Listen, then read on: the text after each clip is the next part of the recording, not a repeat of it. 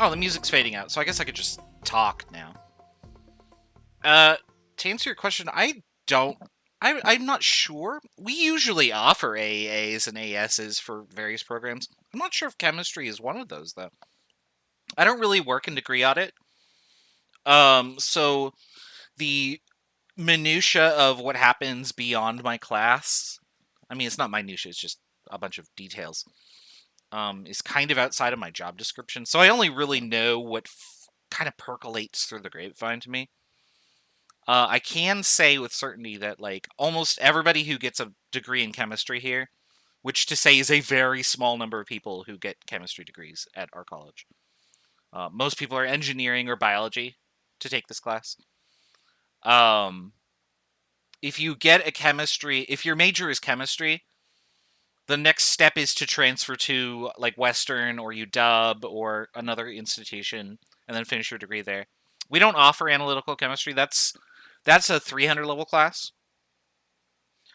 I could teach analytical. Analytical is not very hard, but we don't really have you need to have a very good lab program set up for analytical, and we don't have a curriculum for it here. But also, we're a 2-year college, so we don't teach physical chemistry, for example. We don't do inorganic chemistry, which is actually what I would teach. That's my degree, is inorganic. I'm actually the most qualified to teach inorganic, because I think everybody in our college... Actually, that's not true. Anne is also qualified to teach inorganic, because Anne and I were in the same lab, actually. Steve does, like, X-ray crystallography, I want to say, and materials. Samita's organic. Mark is analytical. Maxie is also organic and bioinorganic, or bioorganic, and Valerie is also biochem. So me and Anne, we would be doing all the inorganic stuff. But we don't offer it here, which is too bad because inorganic is really cool. You get all the chemistry that like makes really pretty colors and is fun. Okay, welcome to 161. Today's your last day of freedom before we jump into the hellhole that is chapter 3. I don't have a sound effect prepared for that, sadly, but important stuff down at the bottom. Things are due tonight. There's a quiz due tonight. There's a lab worksheet tonight. Another quiz is going to get posted tonight. These are soft deadlines. So you do have an extra day to do quiz number 2 and lab worksheet number 2 if you need them. I won't download anything until Thursday at the earliest. I should have posted all of your experiment stuff for lab number 1 and all your grades. If it doesn't show up, let me know. Also, let me know if what is in the file that I sent you does not match what's on Canvas, because that means that there is a typo on Canvas and also likely in my gradebook. That's pretty rare that I make a typo for only one person. More common would be I make a typo for everybody because I skipped someone's score and then all the scores get shifted up one. I've never actually done that, but I feel like that would be a much more common problem anyway. So double check anything you get back. But those are the things that are due. We're going to finish off chapter 6 here. The last little bit of chapter 6 that we have is just, these are other ways to define concentration. They're just formulas, and we're going to apply them. So in 140, we talked about mass percent. In fact, we've talked about mass percent in this class. Mass percent is just what is it that you are looking at divided by the mass of the entire thing. In a solution, mass percent is not super common because finding the mass of a solution is tedious because most solutions are liquids. But mass percent of a solution that is a solid, so like percent of an alloy, much more practical because you could weigh out a chunk of iron that you're going to put in the steel mixture bin or whatever, the forge, and then weigh the result at the end and get a percent. That's trivial to do. So let's do an example of mass percent just to do some practice here. Oh, I'm just going to give you some numbers here. If you had bleach, for example, and you weighed out 100 grams of bleach, and on the bottle it said, this is 7.4% NaOCl by mass, and it's important that it's got to specify that, because we're going to have other units. So it should say something like this. It should say by mass, or it might say M/M.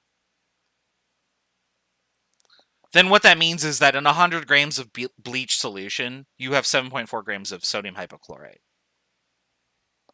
Sodium hypochlorite being the active ingredient in bleach.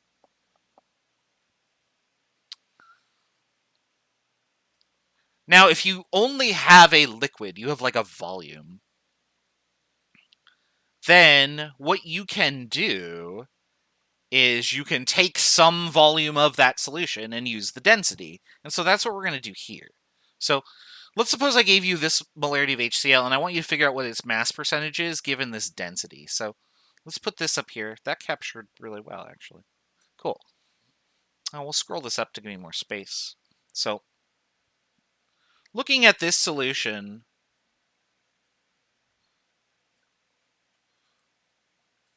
here's its concentration, and here's its density.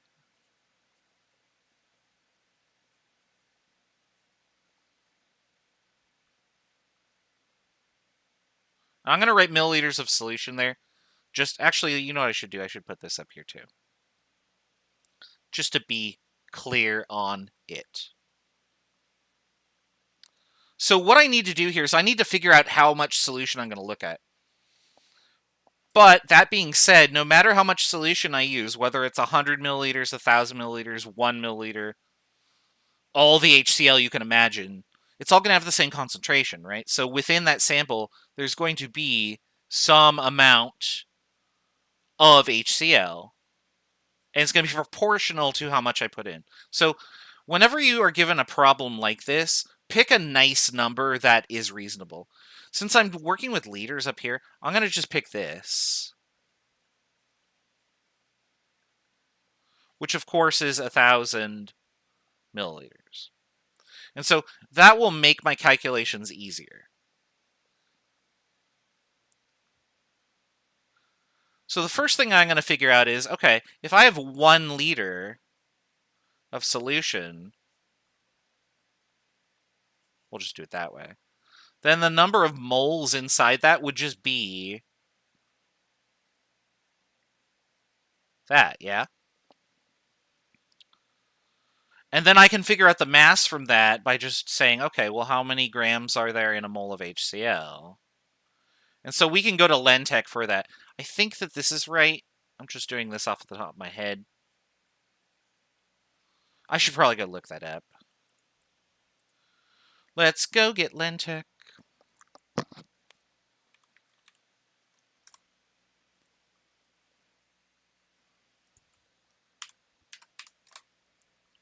$36.46. What did I write? Oh, that was close. Oops, that's not the eraser. Why isn't the eraser working? There it is. Okay, so in this 1 liter sample that I have arbitrarily picked, there would be 36.46 times 0.150. So there would be 5.469, so 5.47 grams HCl.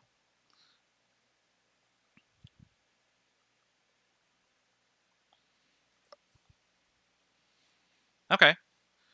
How much would this solution weigh total? Well, that's where the density comes in. So if I have 1 liter of solution, which again is 1,000 milliliters, and I multiply by the density,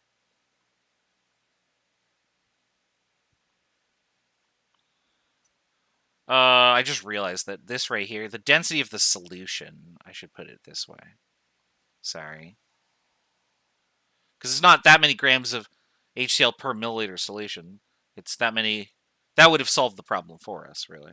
So this many grams of solution per milliliter. So the solution mass would then be 1190.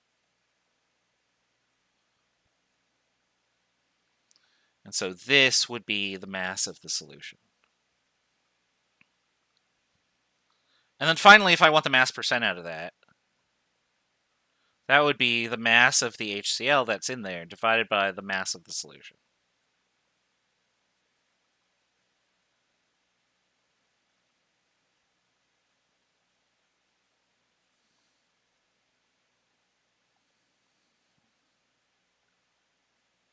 Now, these are both grams, and since we don't really care too much about units in this case, I'm just kind of going to go and scribble them out. I don't really want to talk about dividing by reference solutions when we do concentration. We'll talk about that in 163. But for now, for these concentration units, when you get to a percentage, you could just omit the labels on them. You're going to see this with grams and grams per milliliter mass volume solutions. That we sort of just play fast and loose with the units, and that's okay. So doing this calculation, I get 0.460%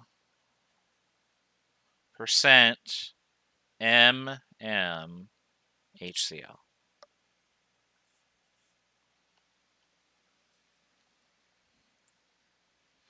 So if I take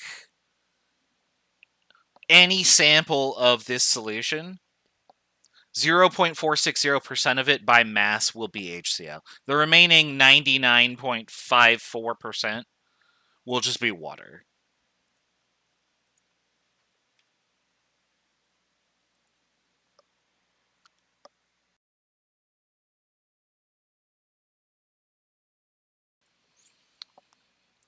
For this next one, it's exactly the same process, but there is a catch to it. So volume percent, and the shorthand for that is VV, because they're both volumes. You need to use volumes, but there's an issue, and the issue is right here. And that issue is that when you put multiple components together, their volumes don't add together if the solute and the solvent are different. Now, this is not common for the experiments that we do. Most of the time in the 161 series, you're going to mix two liquids together, and they're both going to be primarily water. For example, if you do a dilution of like 1 molar HCl to 0.2 molar HCl, they already have water in both of them. You're not adding anything pure to another thing. But if you were doing ethanol, like pure ethanol, 100% ethanol, and you add it to water to dilute it, then you hit this issue. The volumes don't add together, and we're going to see that in this video. Because this is not something that's intuitive at all. You would expect that if you were to just pour two liquids together, well, yeah, sure, I have 50 milliliters and 50 milliliters. I should get 100 when I'm done, and that's way too big.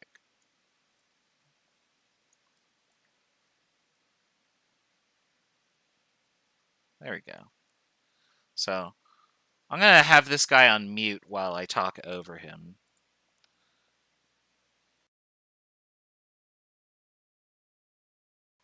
Is it starting? Oh, it is starting. Okay, there we go. All right. So this guy's gross. No, literally, that's his name. His name's George Gross. Sorry, George. I make that joke about him every quarter. My students are always like, "Wow, that's rude," and then they understand. All right. What George's going to do here is he's going to take... Can you see my cursor? You can. Okay. He's going to take this yellow solution and this blue solution. Each of these is 500 milliliters. He's going to pour them into this other flask here that is empty, which has a total of 1,000 milliliters. Now, he's going to top them off just to show that each solution is being added in the correct quantity. And so you could see on the screen here. So here's the calibration mark for this one. And here's the calibration mark for that one. So if we fill to that calibration mark on both of these, that should be 500 plus 500. So he's going to do that, and he's going to try and be very precise about it, so it takes a second. I'm just going to fast forward through this. And you can see there, it looks like we've gone over the mark, but we have parallax error. We're looking at this from above. If we were looking at it head on like George was, and you can see him there looking at it, when he bends down to look at it. I guess you can't really see him do that, but he's right on the line there. So now what we're going to do is we're going to pour these two things together. The reason that they're colored yellow and blue is not because water and ethanol are yellow or blue. It's just that so that when you mix them together, you can see, oh, clearly they're being mixed because the result should be green. So he's going to pour the blue solution in here. And importantly, I'm going to hit pause when he's done. There we go. All right. Looking at this flask, try and mentally estimate how many milliliters remain in the flask based on what you see of the color. So I'm going to just let you think about that for a second.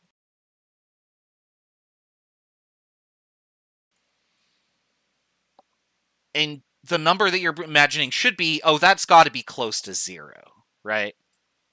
All right, so let's keep going. You can see on the counter, there's almost nothing in there. Maybe like a drop or two. We're going to add the yellow solution in here. You see the colors are mixing. So yellow and blue do make green. There's not a reaction. This is just physics. He's going to pour it all the way in there. And we'll do the same thing. We're going to check for the second solution. Looks pretty empty, right? Okay, so I'm pausing there just to let you know there are no tricks going on here. But when we're done and we examine the result, this is what happens. How many milliliters were we short there, do you think? Any estimate?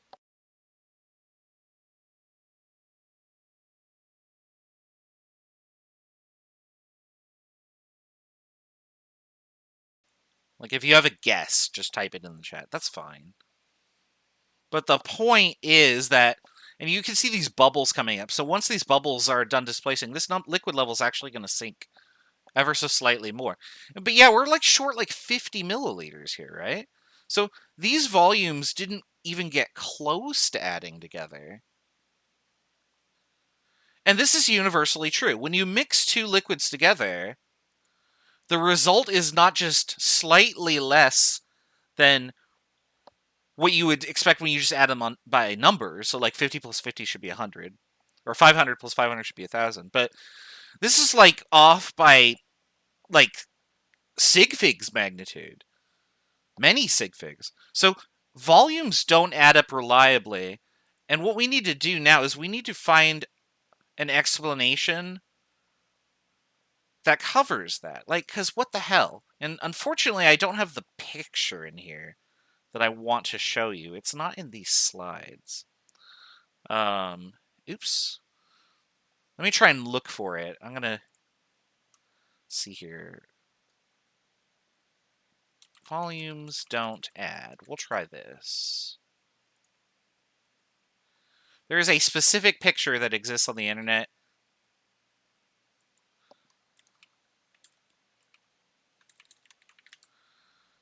And I'm trying to find it.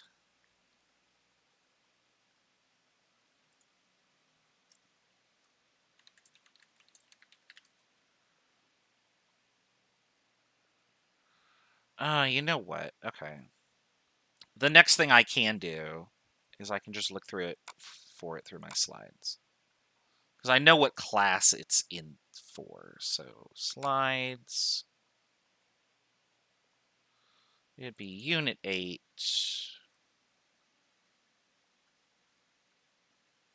And I'm just going to capture it from the PDF here.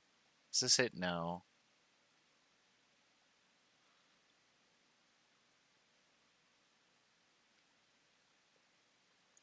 There it is. That's the picture that I want.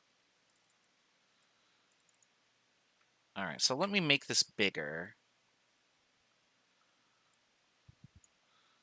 And then I want to capture a PDF.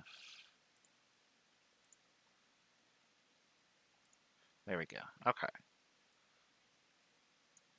All right. On the beaker on the left here, or the jar on the left, I should say. Would you agree that it is full of golf balls? Like, I could not put any more golf balls in there. But then I'm going to add this, like, chalky stuff to it. And when I add that, it goes into all the little gaps between my golf balls, and the overall volume doesn't change much. Now, this is an extreme example, using a molecule that is humongous, which would be this golf ball, versus a molecule that's small. But molecules are not cubes that slide together and occupy perfect packing, we'll say. Water, for example, is small, but there are gaps between the molecules themselves, empty space.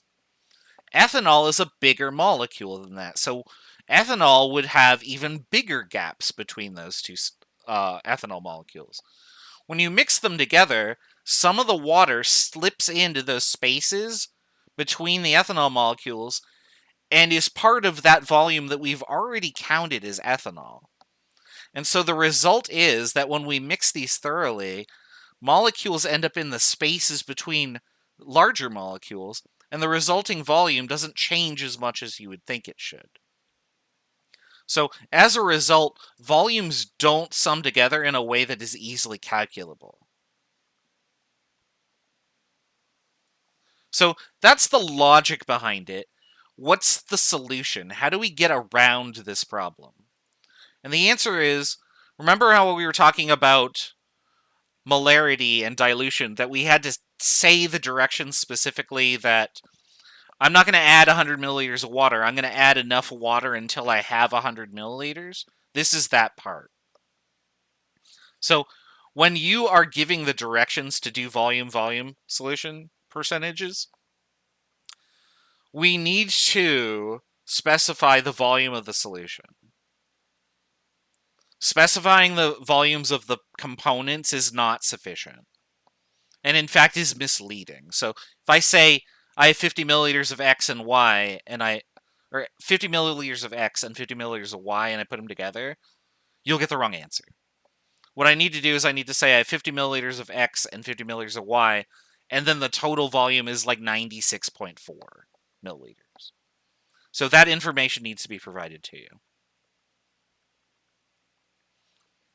All right, so let's do an example of that using that assumption and the information that we have here. So if I give you nail polish remover and that nail polish remover is 60% acetone by volume,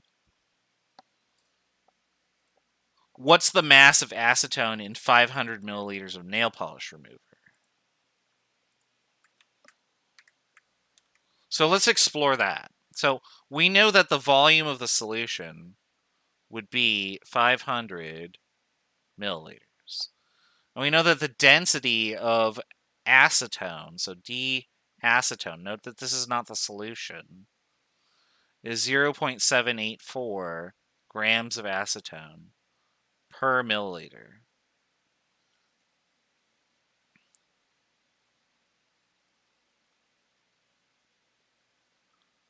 So if the solution is 60.0% acetone by volume, then if we use the volume percentage formula, that would be volume of acetone divided by volume of the solution times 100%.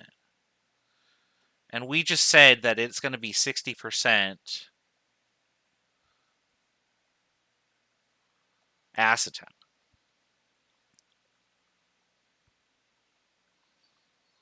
So what I'm going to do is I'm going to solve for this term right here because we know what this term is. This is 500 milliliters. So let's do the algebra really quickly. So I'm going to move the 100% over and I'm going to move the volume of the solution over. So that would give me the volume of the acetone is going to be 60% divided by 100%, and those percentages will cancel out, times 500 milliliters. And that'll be the volume of my acetone, which should be like 300, I think, right? Yeah, 300.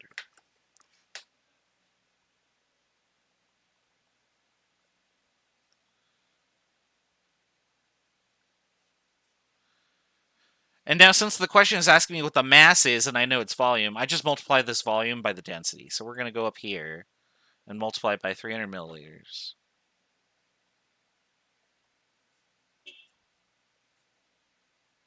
And that will give us the mass.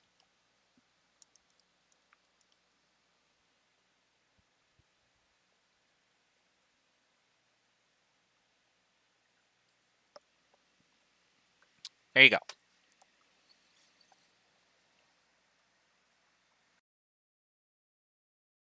So there are many ways to be using these formulas. In this example, I gave you the percentage and then we worked backwards. You could use both these formulas that I've shown you to go forwards or backwards. You're always going to have enough information, but you're going to have to solve for one part of it. And so in this problem, we had to solve for this part. That allowed us to get to the mass from there.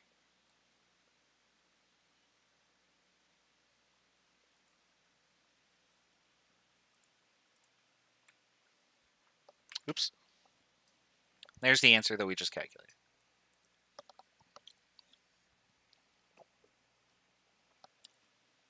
All right. Here's the next one. So mass volume percentage is, oops, trying to get my pen there. The abbreviation for this is MV. This is a weird unit. However, it is common enough because we use it in various applications. For example, you used it in the first experiment. Was it the first experiment? Yeah, it was the first experiment, where you calculated the percentage of sugar in a soda solution. And the percentage that you got was a mass volume percent. There were this many grams per 100 milliliters of soda. Now, even though the units are weird, the reason that this is practical is because we often divide solids into liquid things, and then the result is a solution. Another application for this is saline solution. Saline solution that you get for an IV is this solution. 0.9% mass volume NaCl. So if you're in the nursing profession, or if there's an apocalypse and you need to make saline solution to hydrate people, you can make this by adding 0.9 grams and adding enough water so that you get 100 milliliters of solution, and that's safe to IV. If you are too much salt, you'll dehydrate your patient, and if you have too little salt, then your patient will undergo what's called hemolysis, which is where your cells are too hydrated and then they burst. And that's bad, obviously. So this is why you can't drink too much water, but also why you can't drink salt water. Salt water is way more than 0.9% MV. And if you are out on a boat in the middle of the ocean and you drink salt water, you will eventually dehydrate and die faster than if you didn't drink any water. Now, you'll notice that the units don't cancel out, and that's because we just sort of ignore them. And obviously, as a inorganic chemist and a physicist, I don't like ignoring units, but there is a reason that we're doing that. It has to do with references. Whenever you do stuff in these formulas, you're supposed to divide by 1 times the unit so that the units go away. We're sort of skipping that step because it's a formality. Just don't worry about the units for mass volume percent, and it'll work out. The last concentration formulas are basically mass percent formulas. However, instead of multiplying by 100%, we multiply by this. If I want to get a solution in parts per million, I multiply by 1,000,000 ppm. And if I want parts per billion, I do ppb times 1,000,000,000.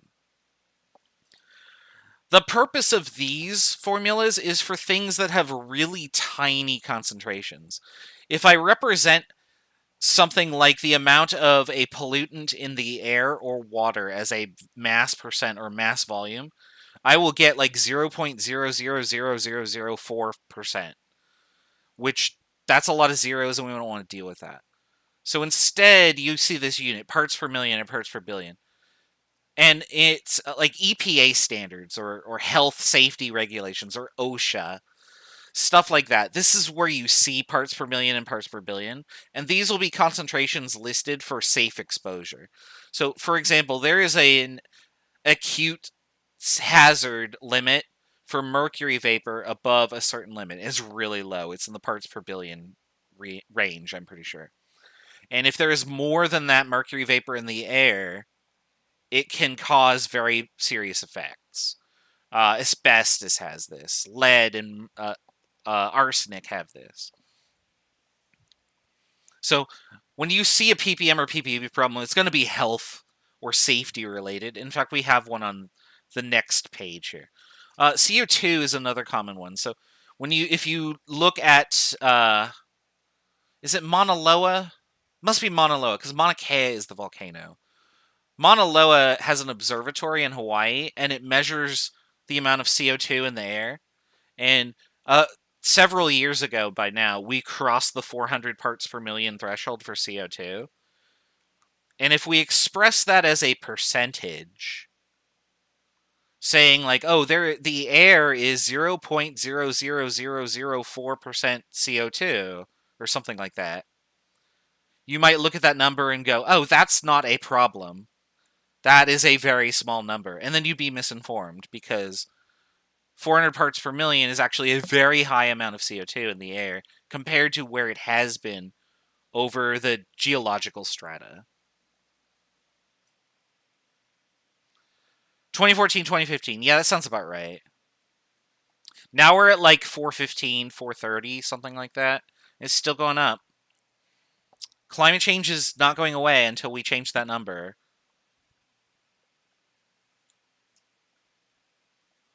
All right. Let's look at an example of this. We're going to use fluoride. Fluoride is extremely toxic. And the reason for fluoride being toxic is because it loves calcium. Fluoride will bond with calcium wherever it can find it. One of the places that there is calcium is in the valves in your heart, and so drinking too much stuff with fluoride in it can cause you to have heart failure or other issues. It could, it's just not good. However, that being said, fluoride is also really good for using on your teeth. This is why we put it in toothpaste. But also, so the reason that we put it in our teeth is because the tooth enamel that we have, here's what tooth enamel is. So tooth enamel is calcium phosphate hydroxide. Now I got to do all the charges here, so hold on. So 9, 10, so this. So that's tooth enamel.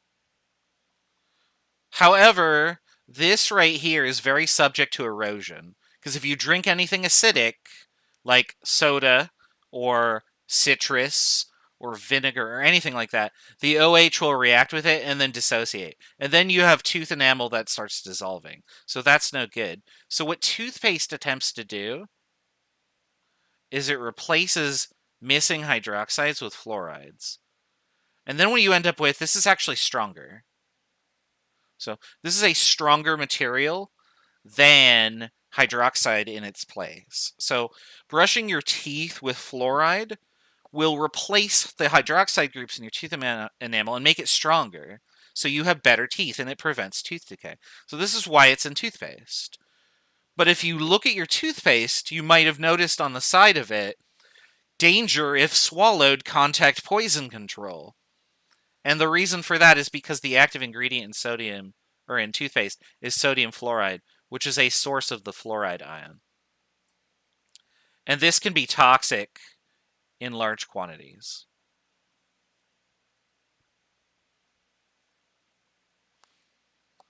In fact, if you buy mouthwash, I didn't know this actually for the longest time, and my buddy who's also a chemist apparently studied fluoride, so he knew all about this.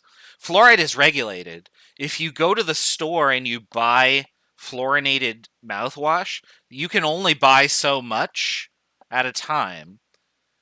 So if you buy a bigger bottle, it has the maximum amount of fluoride in there.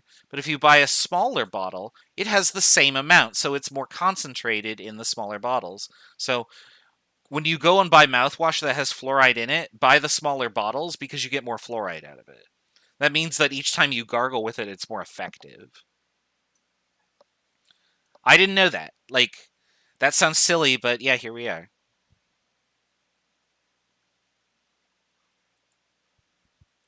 All right, so let's do this problem here. The EPA limit for fluoride is 4 parts per million. How much fluoride is in an 8-ounce glass of drinking water if the water is fluorinated? The density of drinking water is 1 gram per milliliter. I'm on the wrong screen. That's why this isn't working. There we go. All right, so the formula for ppm, in this case we're looking at fluoride, would be the mass of fluoride divided by the mass of the solution, which would be the beverage in this case, times its ppm, so I'm going to have 1,000,000 ppm. And for fluoride, what that means is that I have 4 ppm. So let's suppose that I have water that has been fluorinated and is at the EPA limit.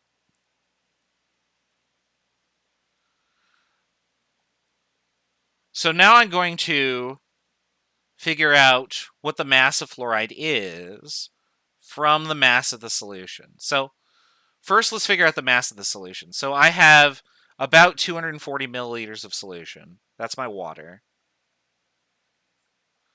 I'm going to multiply that by the density of water, which is roughly 1 gram per milliliter.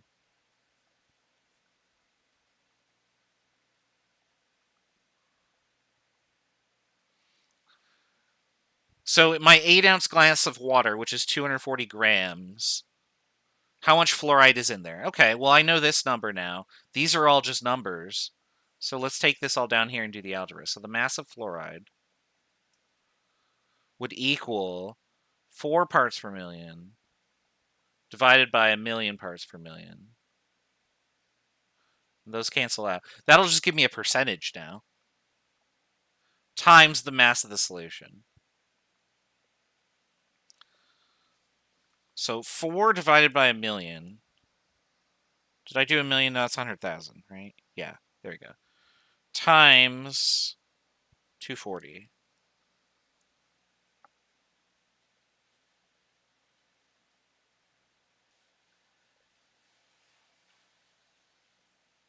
And I'm doing the conversion in my head here really quickly.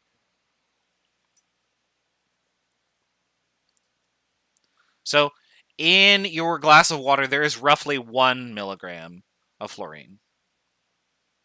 If we hit that EPA limit. I didn't mean to click that so quickly, sorry. In case you're still copying that down.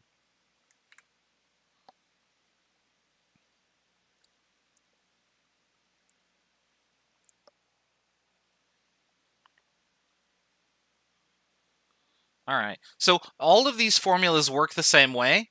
You have to identify what it is you're solving for. Most of the time, that's going to be the mass of the stuff that you're looking at, or maybe just figuring out what the percentage or ppm is, or something like that.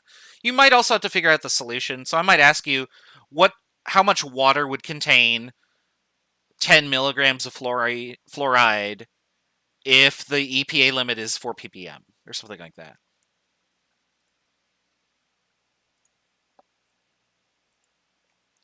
All right. So let's do some more environmentalism stuff, because I'm interested in environmentalism. So when I wrote this slide in 2019, the CO2 concentration at Mauna Loa was 410.9 ppm. Let's suppose that you take a deep breath. That's about 6 liters of air if you do that. How much CO2 is in your breath before you add to it, if that's the density of air? Okay. So first, use the ppm of CO2 to figure out the mass of CO2 in any sample, and then use a 6-liter sample. For the second one down here, we have parts per billion. Tell me what the parts per billion limit is for water, water that contains lead, if 300 milliliters of water is allowed to have at most 4.5 micrograms of lead. Okay, these are the exact same problems, but I've sort of twisted around what you're solving for. So feel free to go back in the video and look at the formula if you need to solve it. Find what it is that you're going to solve for, and then work from there. Okay, this is all about unit conversion. So I'll give you about 5 or 6 minutes to do these 2 problems. Then we'll finish it off. We'll take a break, and then we'll mentally prepare ourselves for the horrors that await us in Chapter 3. See you in a bit.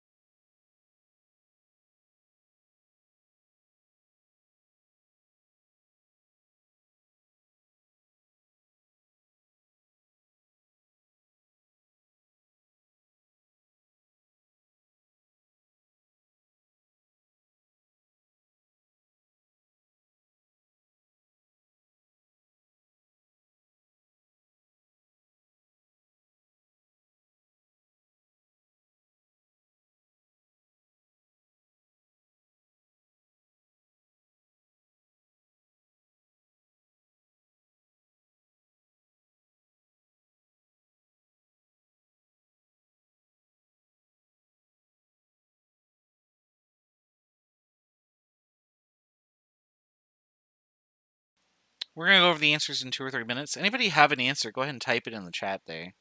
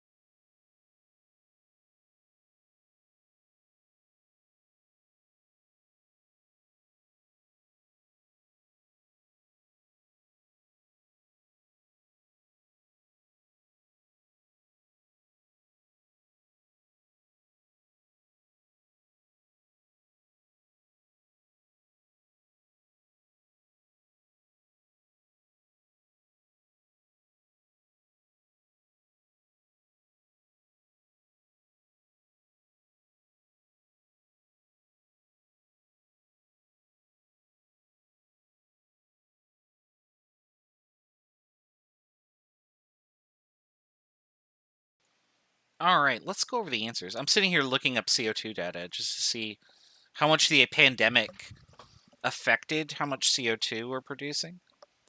It's definitely noticeable. So last year, I think, was 414 in January in 2020. And then this year in January 2021 was 415. So it went up about 4 ppm between 2019 and 2020, but it only went up 1 2020 to 2021 due to the pandemic because nobody's going anywhere. There's much less air travel, um, and presumably us being in a pandemic means that there are fewer volcanoes, or I don't know, something like that.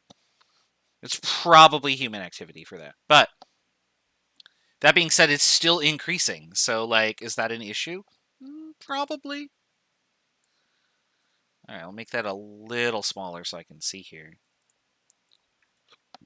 All right, so let's figure out how much CO2 is in your breath. Now, this is making an assumption, and that assumption is that you were living at Mauna Loa in Hawaii at this time. But that assumption aside, so I know that the ppm of CO2 is 410.9. And I know that we have 6 liters of breath and that the density of air is 1.225 grams per liter. Now, ppm is a mass percentage, so I need to figure out the mass of air in a breath. If my breath is 6 liters, and this is the density of air, then the mass of the air that you breathe in should be whatever this is. So it looks like it's going to be like 7.2. That's too many twos. There we go. 7.350.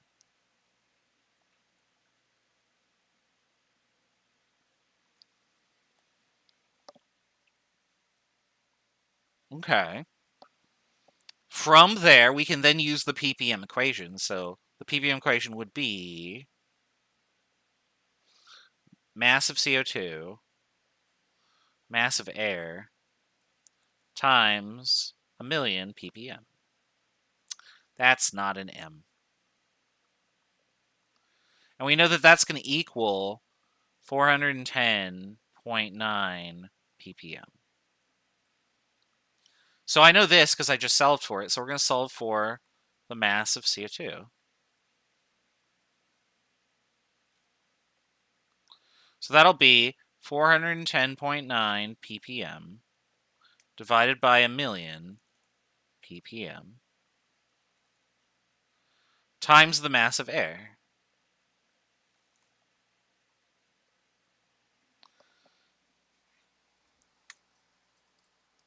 It's 410.9 over 1,000,000 times 7.350. I got 3.02 milligrams. So here it is in grams. Oops.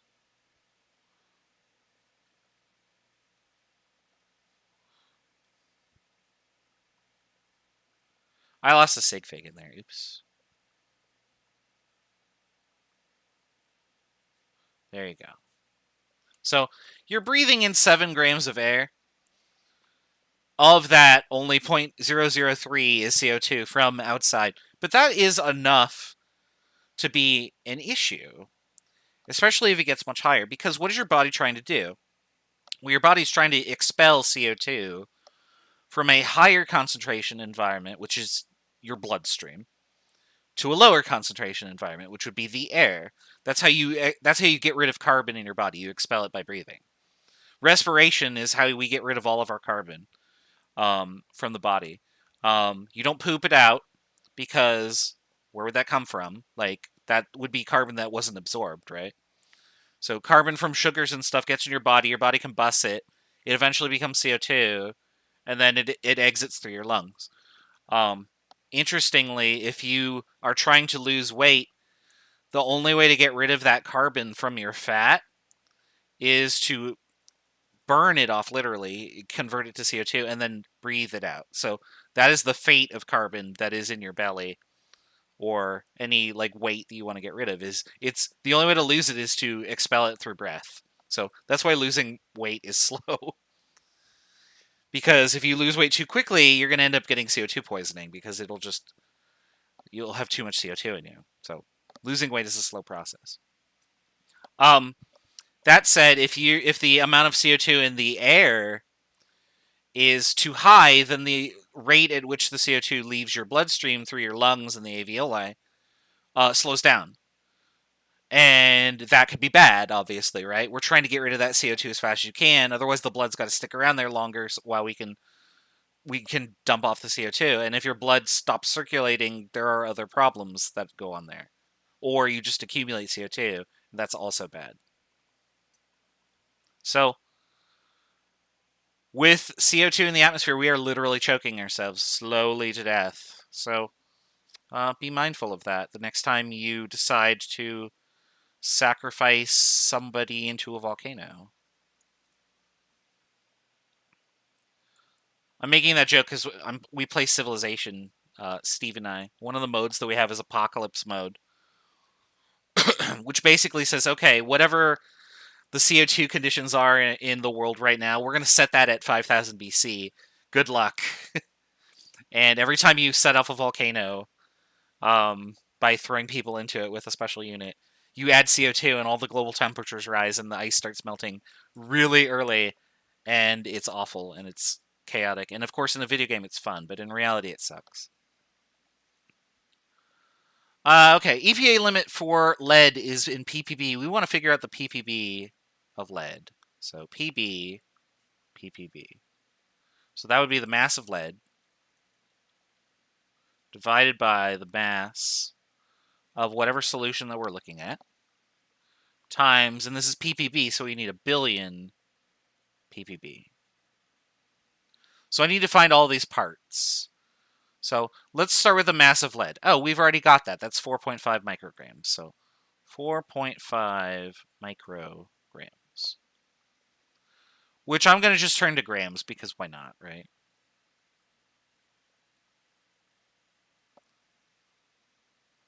So that's the mass of lead.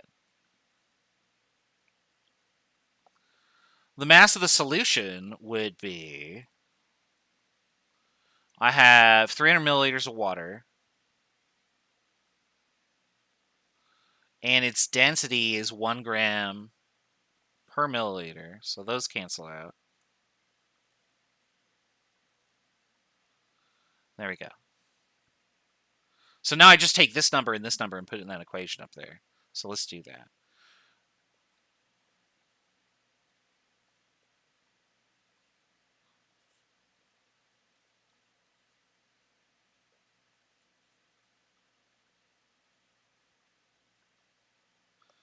All right. So we get 4.5 times 10 to the minus 6. A small number. We're going to divide it by a number to make it even smaller. I'm going to times that by 10 to the 9. And I get 15 ppb.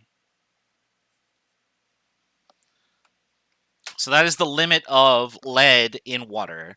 Any higher than that has been probably assessed to some degree in numerous studies to be problematic. So probably for developmental growth, heavy metals like lead, mercury, cadmium, they have a tendency to denature DNA by interrupting sulfide bridges in your cysteine proteins. That's because they contain sulfur, and sulfur loves these big, fluffy metals.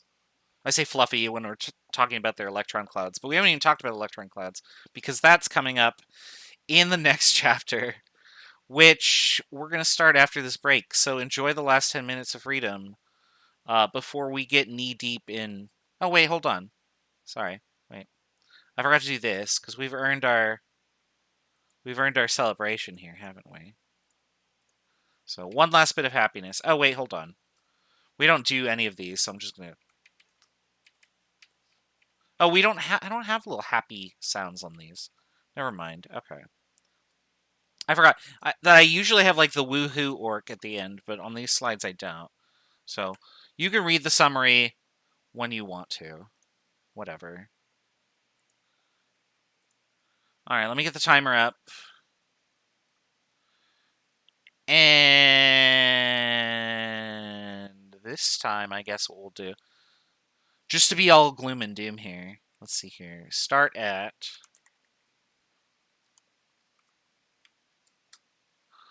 We'll make a countdown backwards this time.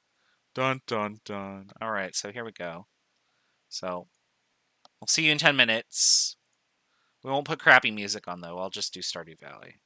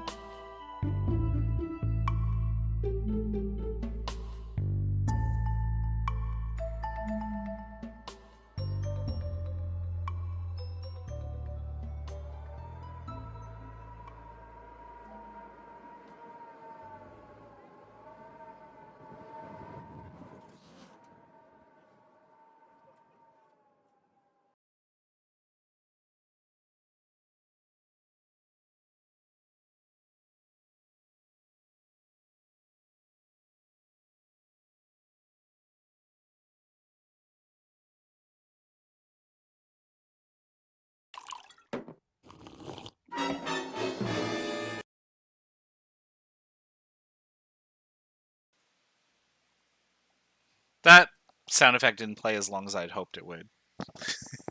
That's okay. Oh, here we are. This is the moment we've all dreaded. Probably because I've hyped it up. Recent surveys, and by recent meaning anecdotal evidence, I guess we'll just say that this is the worst chapter in all of the 160 series. Like, all of it. And you get to deal with it now. Hooray. So, we're going to do the best that we can. We're going to be here for a while. There are 155 slides, I think, is how many I have for Chapter 3. Chapter 3 is long and obnoxious. And it's going to start by me throwing a bunch of random physics properties at you. Chapter 3 is all about light. So, what do we do with light? Light is just this thing like, oh, you can look up at the ceiling, there's light. We're going to talk about how that works, where it comes from, and why it's important to studying chemistry. Because at its core, chemistry is entirely about electrons. Whenever you have things react with other things, it's all electrons. We don't give a shit about what's in the nucleus. The only thing that the nucleus does for our electrons is affect how many of them there are on the outside. And that number of electrons on the outside tells us how something will behave. And we've seen this in action in Chapter 1, when we threw elements into water and some of them exploded, but others would just fizz. And you could try this experiment all you want. If you put an aluminum can underwater, it doesn't do anything. Aluminum is very stable against water. So is charcoal. But chlorine gas and... chlorine gas will just turn into HCl, eventually. And sodium will just explode and turn into NaOH. Why do these things happen? And it turns out it's entirely because they're electrons. To study electrons is very difficult if you don't have things that are smaller than electrons. Turns out there's one thing that's smaller than an electron in terms of mass, and that is light. Light doesn't have a mass, it's energy. So what we need to do is we need to learn all about light and then use light as our probe, because it's the only thing that can help us understand electrons. That being said, we're sort of limited because we're working with really, really tiny things. So when we get to quantum mechanics, that's where we're going to start busting out like the Schrodinger equation and talk about Schrodinger's cat. Speaking of cats, Maya's not here because all this morning for my first 2 classes, she just came and visited me every 10 minutes. I got sick of dealing with her, so I squirted her with a water bottle. She knows better to come in here today. But there will be cats in this chapter too, and not just Maya. So let's get started talking about light. What the hell is light? Light is a form of electromagnetic radiation. So what that means is that it is an entity that has 2 components to it. One of them is electric. That's the electric field. and the other is magnetic. When you combine something with an electric field component and a magnetic field component, you get a unique entity, and that is light. These waves oscillate in sync with each other orthogonally. So what that means is they're just at right angles. None of that's super important, other than that light itself will have peaks and valleys, and also a midpoint. So light, like anything that travels like a wave, so you can mimic a wave like with the ocean. Like water comes in waves. It's got highs and lows. If you have a puddle of water and you drop something in it, it makes a ripple. Those are all waves. Light behaves similarly to this, so we can use those as a model for light.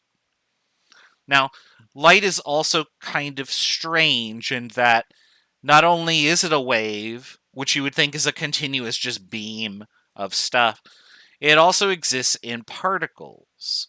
And those particles are called photons. Now, no matter does this. No matter that we observe is both particulate in nature and also wave-like in nature. Light sort of skirts the extremes. It does both. And so we call this the wave-particle duality nature of light. What that means for our purposes is that when we talk about light, we're going to sometimes care about it being a particle, and we're going to sometimes care about it being a wave.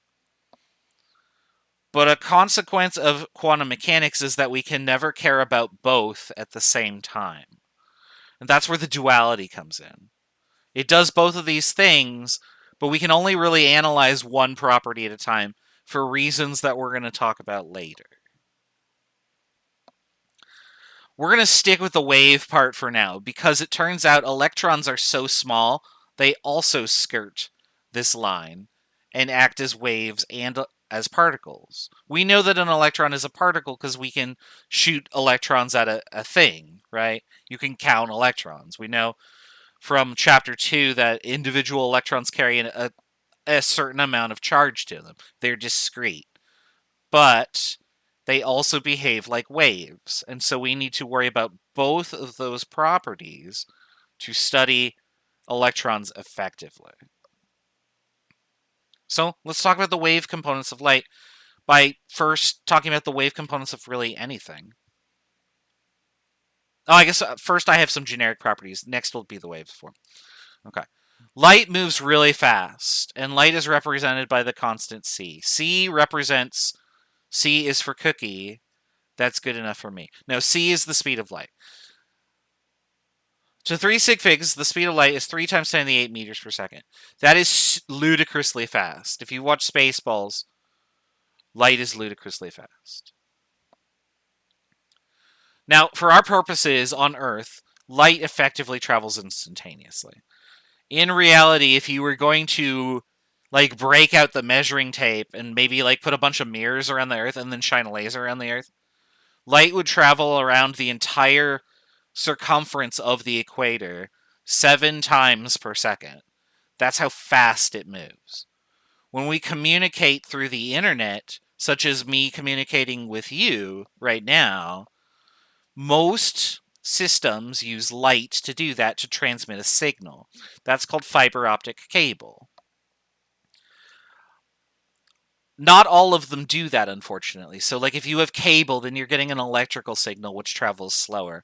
But the main backbones that connect like me to YouTube, I have fiber, so my signal gets sent from my computer through the fiber to YouTube, which I'm sure is all fiber in its internals. And then when it gets sent to you from your internet company, it goes on whatever medium you're using. But for the most part, we're sending data at the speed of light, minus whatever conversions are needed by the computer, and that takes time. Your computer is actually the slow part of this process, not the distance between us, believe it or not, because light goes that fast. Now, an interesting urban legend or of sorts is that you can count how far away a storm is based on when you see the flash of lightning versus when you hear it. Well, if light travels effectively instantly and sound travels about 300 or so meters per second, it would take 3 seconds for for sound to get to you if you were 1 kilometer away. So you could sit there and watch a lightning strike and then count the number of seconds before you heard the thunder crack.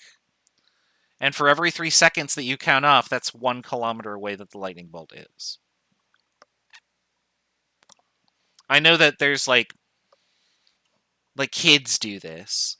And I remember a DuckTales episode where like Huey, Dewey, and Louie were like, okay, count how many seconds after the flash. 1, and then they heard the bang, and so the lightning was very close to them. So the storm was very close. So that's just 2 things that we can compare. Sound also moves as a wave. It's what's known as a pressure wave. When particles bump into each other, they get close to each other, and their closeness forms a peak. And when they push those particles away, the other ones then get pushed off of whatever they bumped into, and it makes a trough. So you have like this pressure wave that goes through the air. All right. Let's talk about the properties of a wave. Let's put all this on the screen here. There are 3 main properties of a wave that we're going to care about, and of those 3, only 2 of them are super important, and fortunately they're linked together. So the first property that we don't really care about is called the amplitude. The amplitude is, for the purposes of a standing wave, how far it is displaced from the center line. So if you were looking at waves in the ocean, waves with a higher amplitude would be more dangerous and carry more energy than waves with a low amplitude. So if you're at the ocean and this is the wave that's coming at you, and you stand, I don't know, on the ground, you're this tall, then you're like, oh, this is fun. The waves hit my chest, huh? And then you get the really big waves. Those are scary. Like you don't want to be in the ocean and let those crash on you, because you could actually get hurt with that, or get knocked over, or any number of things can happen to you. Everyone loves DuckTales, right? So amplitude is just how much energy there is in the wave. Now, for light, that's going to be a weird measure. We're not going to use amplitude to measure how much energy a single particle has, because a single particle by itself will not really be much of a wave. We need a bunch of particles to make the wave go on, right? So we're gonna make the analogy that for light, the amplitude is going to be related to the number of photons. And that'll be useful to us later. The other property that we're going to talk about is wavelength. Wavelength is the distance between the peaks of a wave. In reality, it's the distance between any 2 equivalent parts of the wave. So I'll put an X here. Those are equivalent parts. I'll put a circle here. Those are equivalent parts. And all of these 2 things are the same distance apart. Wavelength is measured in meters. With light, that's tedious because light packets are very tiny. So we're going to measure their photonic length in various lengths depending on the application that we're using. Visible light, for example, is in the nanometer region. Infrared light tends to be in the micrometer region. And then stuff like radio is in the meter region. Excuse me.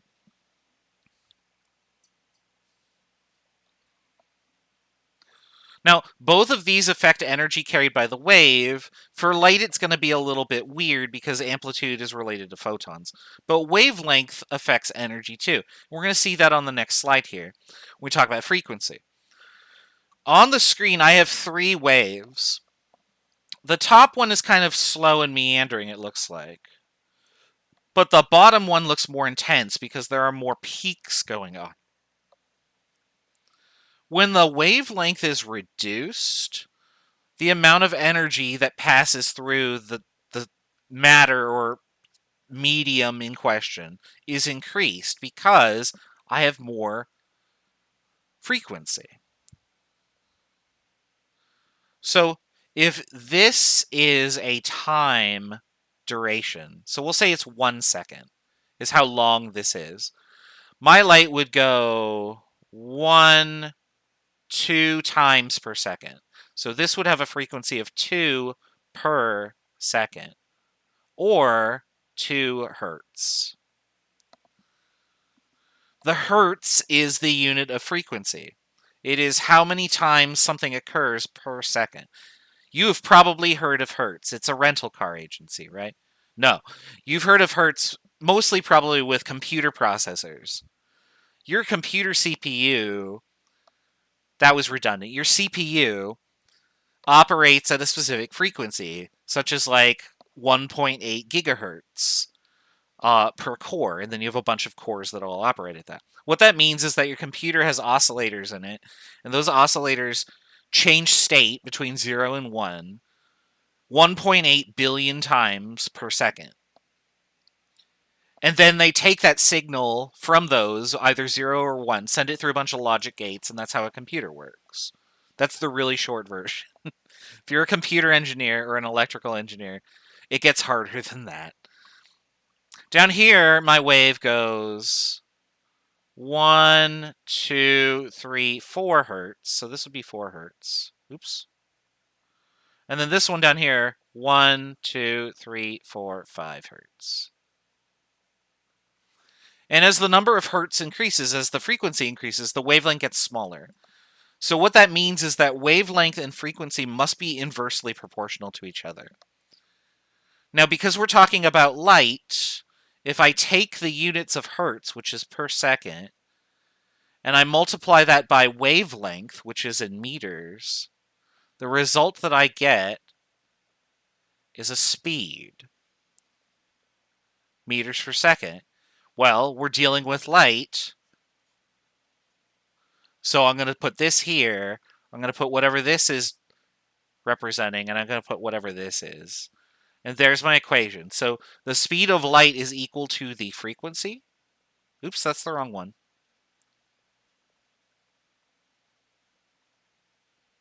The frequency times the wavelength.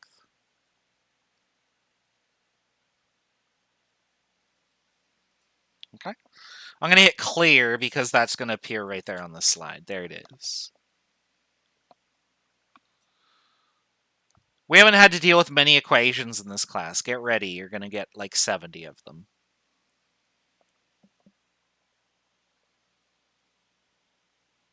By 70, I really mean like 4. But, yeah. All right. So, now that we know what the speed of light is, that's 3 times 10 to the 8 meters per second. That's just a constant. If I know one of these properties, I can figure out what the other one is. Notice that this V here, this is the Greek character nu. I'm going to spell it out phonetically, and then I'm going to draw it how I write it. I draw it super curvy because I don't want to confuse it with V, which is velocity. Okay? These are not the same thing. Okay? Be careful when you are trying to indicate that in writing. I do a cursive V to indicate nu. The Greek font that I have on my computer, a symbol or whatever it's called, prints it as like a V with a little curlicue on the end. Be careful. There is an equation later that will have velocity in it, and it looks a lot like frequency. So just be mindful that's coming. All right. With light, if we're examining this, there's 2 ways to increase energy. The first is we increase the frequency. The more energy there is for a photon, the shorter the wavelength gets. I like to think of frequency or energy from frequency as how many times does this photon pass through the center line in a given amount of time. This looks a lot less energetic than this does. And that second wave that I drew has a much shorter wavelength, has a much higher frequency. With amplitude, if you turn on multiple lights, like say I have 1 light bulb plugged into my 3 light bulb fixture above me. Like it's a lamp that has 3 things and there's only one light bulb plugged in. If I turn on the light, I get some light. And that could be this one right here. If I plug in more light bulbs, I don't get more frequency because all those photons are all the same frequency. If I put in all the light bulbs individually, I get the same result. But if I put them all together, I get a brighter light. And so that is represented by amplitude.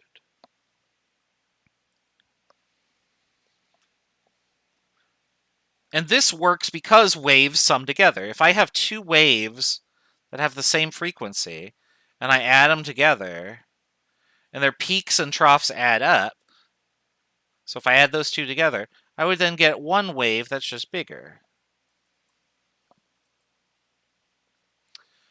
This is something that you can actually try in a bathtub. So if you like fill the bathtub with water and you like slap one end of it, it will make a wave. And the wave will go back and forth and slowly dissipate. If you slap it a second time at the right time, you can make you can make more than one wave, and when the 2 peaks bump into each other, they get even taller because they add together. If you time it such that the peak lines up with a valley, then they neutralize each other and the water fills in where the valley is and it's flat. So waves can be added and subtracted together too. We're going to talk a little bit about that when we talk about electron diffraction. So those are our 2 ways that we can modify the energy of a wave. We can either increase its amplitude or we can increase its frequency. Now, this is just the overall energy. Here I have more energy overall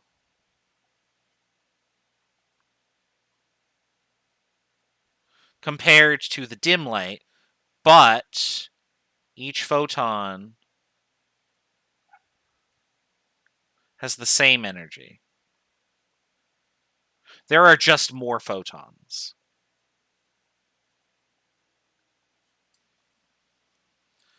In this example on the left here, I'm increasing energy per photon.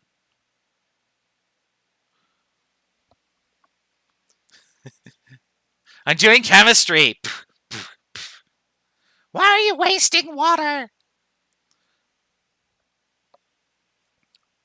All right. I've written those in different colors because they are different phenomenon, and that's going to be very relevant when we talk about the photoelectric effect. So be careful that you know the distinction between amplitude and frequency and what that means for energy and light. All right. Let's talk about color. How do you perceive color? Here's what happens when you are struck by rainbows. You got to watch out for those rainbows. Those rainbows are going to get you. They hit you, and then what happens is whatever has been hit by the light absorbs the energy from the light. When that energy is radiated out, only certain energies get radiated. That energy that comes out is going to correspond to the properties of the object that the light was incident on. In layman's terms, what that means is that light is just a mixture of every possible wavelength. But if I shine every possible wavelength onto something, that something will absorb all of that light, but then it will only emit one specific wavelength. That specific wavelength corresponds to a color that you can observe if the color falls within what we call the visible spectrum. Only specific wavelengths of light can be perceived by our eyes because we have molecules in our eyes, in the cones of our eyes, that only detect certain frequencies and wavelengths. And so that has to do with retinal and how that works. And it flips the molecule around and that sends an electrical impulse to your brain. And your brain goes, hey, that's blue. If you get light that falls outside of this spectrum, and we do, for example, there's UV light. The sun emits UV light. We can't see it, but it's there and it gives you a sunburn. because our eyes don't have the correct compound to perceive it. Other creatures do have that. For example, bees can see in the UV region, and so things look different to them. Other animals have different chemicals in their eyes, and they see different things too. But the takeaway here is that for a specific wavelength, we assign it a specific color because we have decided that as a species, this specific wavelength corresponds to what we conceptually understand as red, for example. And for instance, red happens to be this, 700 nanometers. Purple, on the other hand, is this, 400 nanometers. And all the other colors are somewhere between. Yellow is like 525 or something like that. So some specific number for a wavelength hits your eye, and then you've been trained by society to recognize that wavelength as blue or orange or whatever. Now, if you scramble all those wavelengths together, they all add together and you get white. White light is a mixture of all the possible wavelengths, and that light is subject to being manipulated by any sort of object that it might pass through or into. And that's where this prism comes in. What the prism does is it changes the angle at which the light moves through. And light with a higher frequency bends more, and light with a lower frequency bends less. I have seen the mantis shrimp. Mantis shrimp can see in like all sorts of colors because we have 3 specific receptors, red, green, and blue. And I think mantis shrimp have like 16, is it? Yeah, they see the forbidden colors.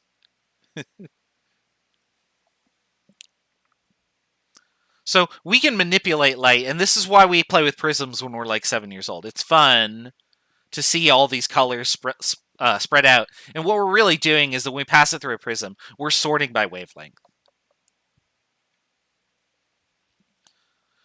And then finally, the color that you perceive is due to absorption of light and then the later emission of that light. The same principle happens in something like an LED. In an LED, we don't do the absorption part. The absorption comes from an electrical impulse from whatever circuit it's connected to. And then we turn that electrical energy into excitation of whatever's going on there. I'm trying to avoid saying what's going on there because I don't want to confuse you when we get there. But when that process happens, the product emitted is light, which is what you see. So on my monitor right now, all these colors are all from LEDs. And they're all being excited with different amounts of energy to produce the color that I see. And presumably what you see on your monitor. Or your mobile device or whatever. Alright, there's the spectrum that we can see from. We can see from 400 nanometers to 700 nanometers. Violet is the low end. And because it has the lowest wavelength, this is the highest frequency. And red is the lowest frequency. Now, specifically, that is for the visible spectrum. There are obviously higher and lower frequencies than these numbers. Now, beyond violet, so at a lower wavelength or a higher frequency, we get into what's called ultraviolet. Ultra meaning more intense. And then beyond red, which is less intense than red, is infrared. And then beyond that are even more. So past UV is X-ray, and past X-ray is gamma, or cosmic rays, and stuff like that. And then there's a whole host of things beyond IR, and we actually use those. So beyond IR is microwave, radio, etc. Why does red go out into the universe? You'll have to be more specific. I have a feeling I understand what you're talking about. If you're trying to go for red shift, blue shift. And I might be able to answer that question tomorrow after we've done a little bit more of this. Red shift, blue shift actually is from the Doppler effect, which we'll talk about a little bit later.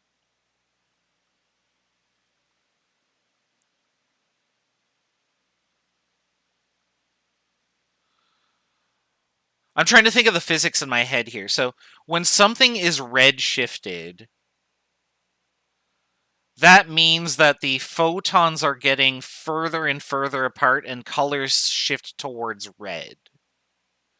And so what that indicates is that if something sends me a signal and then later on it sends me that same signal but is further away, whatever wave sent me that is going to get stretched out.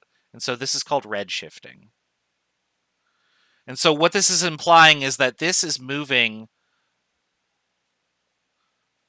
farther, or this is moving faster than this thing is. I wanted to make sure I explained it correctly there. So a redshifted entity is basically letting us know that, oh, if light is becoming more red of something as we observe it, then it's moving away from us faster than we are moving towards it. And because the majority of objects in the observable universe are redshifted, the conclusion that was drawn is that the universe must be expanding at an increasing rate. Now, if the universe was contracting, everything would start being blue shifted, because the opposite would happen if something was blue shifted. What that would mean is that my wavelength would be shorter, and that this speed and this speed would have the opposite property. Now I'm moving towards the target. These are good questions. So, like, all of this first bit of chapter 3 is going to be sort of this exploratory thing. So we're going to just talk about stuff like that. Anything that gets you, one, interested in light, and two, helps you understand it is a good use of time, in my opinion. We don't have that much time left, though, so I do want to finish talking about these properties of light. There are other wavelengths of light that are available, and all of these things will interact with photons or other things that behave like photons, such as a mechanical sensor. A mechanical sensor is made of matter that would interact with photons. Our senses, you can feel heat. Our body interacts with IR. So if you stand in front of a fire, you see the red of the fire, but it also emits light in the IR region, and your body interprets that as heat. Electrons also interact with light, and you could probably see why we care about this, because since that's what we're studying, at least that's our goal, we're going to use light to interact with that. This is the electromagnetic spectrum. This right here that I'm highlighting, that's all you get to see. That tiny, tiny, tiny, tiny little bit in the middle there. Now, as you go further to the left, this is increasing frequency or decreasing wavelength. And as you go to the right here, this is decreasing frequency or increasing wavelength. You'll notice that a lot of the things that sound dangerous, those are on the left side of the visible spectrum. So like UV and X-rays and cosmic rays, like those are not things you want to be exposed to.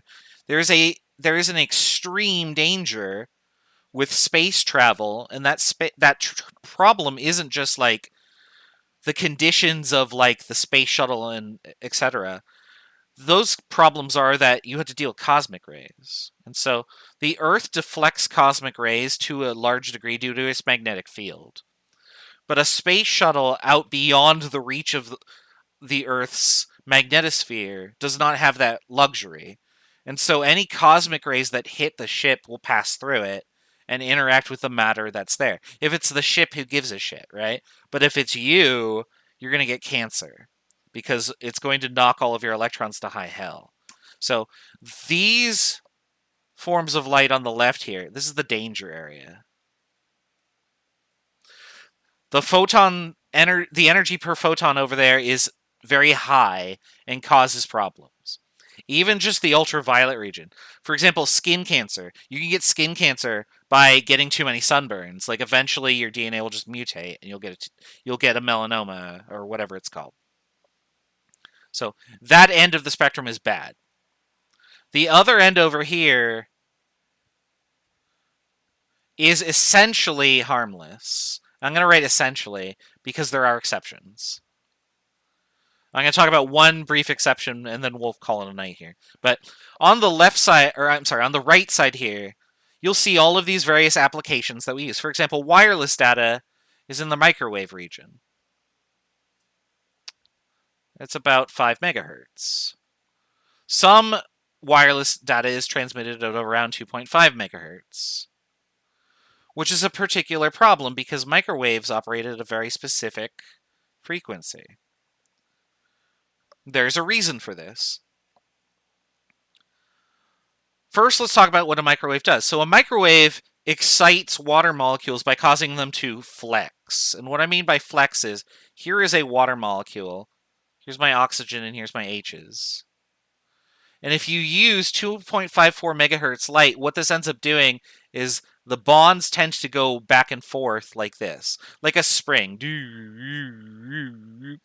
That gives them energy, and it heats them up. Then that heat is dissipated as the bonds relax, and that heat is transferred to other things. That's useful in a microwave, which is why you have to have something that has a little bit of moisture in there in order to microwave it effectively. If you put something in the microwave like a knife made of metal, there's no water in there. It won't heat up. Instead, it will just conduct electricity, which is obviously bad.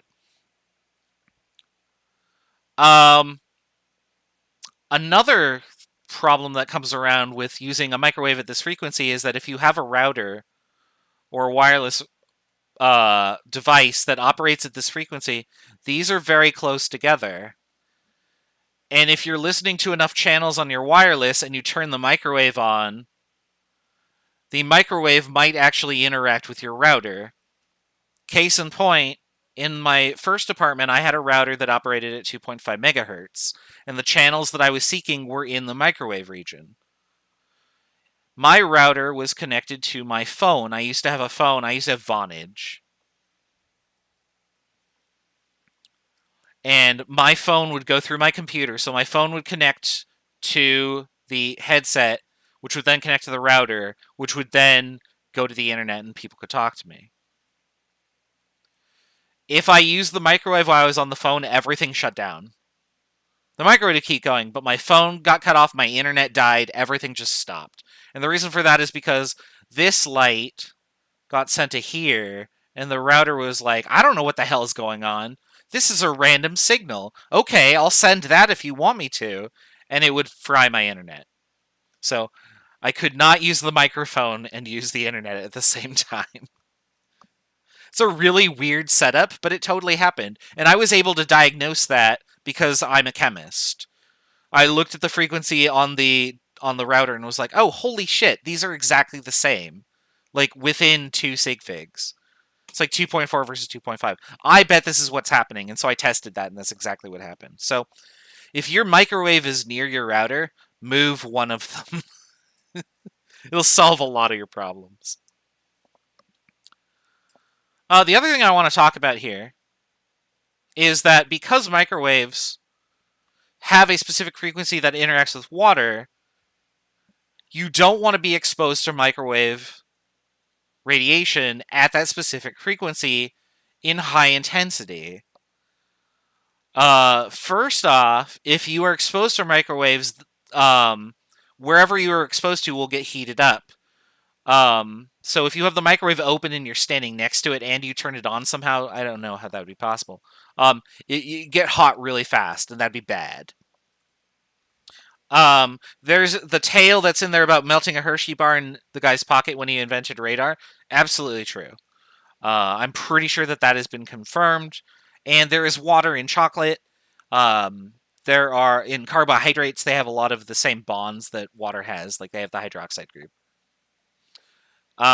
There is a Darwin legend. I don't know if this is a Darwin award, because it's not, I don't know if it's verified. But about some guy who was on top of a broadcasting tower, and what he would do is he would sit in front of the microwave dish because it warmed him up, because wherever he was, it was freezing cold. And the legend goes that the guy fell asleep, and someone came in the next day and was like, wow, it smells delicious in here. Who's cooking meat? And they went up to the top and discovered this guy who had been cooked by microwave radiation from a microwave dish. Now, I am very skeptical that this story is true, but is it plausible? It sure could be, because microwave radiation will do that. Now, that is the exception. When I wrote some exceptions mostly safe over here, that's the exception, is the microwave region, because it specifically interacts with water. There is a theory, and I'm going to put it in air quotes, that cell phones cause ionizing radiation. How many of you have heard of the thing about cell phones cause cancer? Probably a lot of people have heard that. And it's total bullshit. Because what that would imply is that the radiation that cell phones use, which is in the microwave region, would have enough energy to knock away your electrons. If that was true, then anything that had more energy than that would also knock away your electrons, which would include remote controls, IR goggles, and most importantly, blue. Blue would cause cancer. You know what will also cause cancer? Yellow and red and all the colors. Looking at anything would kill you. That's obviously not true, right? Like, you don't get cancer because of green. Otherwise, all those flowers that you sniff every day, cancer. Don't do it. So, if this is safe, then everything else on this direction must also be safe, because the energy per photon is too low to ionize. We're actually going to talk about ionization from photons later on, and you're going to see that, oh, it takes UV light to do this. Because when we actually use visible light, all that happens is excitation, and that's where color comes from. So that's where all of this is going to start heading. What we're going to do on tomorrow's lecture is we're going to start applying this. So the next slide, I think, is a formula. Yeah, we're going to use C equals lambda nu to figure out formulas in frequency and do some calculations. Then we're going to explore a bunch more other random miscellaneous topics. And then finally, in the second section, we're going to consolidate everything together and say, okay, it's now 1918 or whenever Niels Bohr did his thing. What can we learn about light? What frequency do satellites use? I believe that satellites are more in the broadcast region. I think they're over here. Because satellites are just beaming randomly down to Earth. And if you were any higher, like, you can't beam in the microwave region to random places, because if you beamed at water, the water would heat up. If you beamed at a person, they'd get nuked. Like, so it's got to be in the safe region, and I would predict that it's probably in the satellite region. Like, all broadband radio, like Sirius radio, is in this region. And regular radio is very, very low energy, which is why it sounds so crappy when you're on AM. FM has a higher energy, so you get a better quality. All right, so that's all I got for today. So that's your brief introduction to light, and hopefully that sounded really cool and interesting, so I can get you into the topic before I crush your hopes and dreams with all the nitty-gritty bullshit that is quantum mechanics. So thanks for coming out to the lecture tonight. We're going to continue this tomorrow with the rest of Chapter 3, Section 1. Make sure to get those assignments in, because some of them are due tonight. Soft deadline, you have till tomorrow to do them. Have a wonderful evening. Let me know if you have any questions.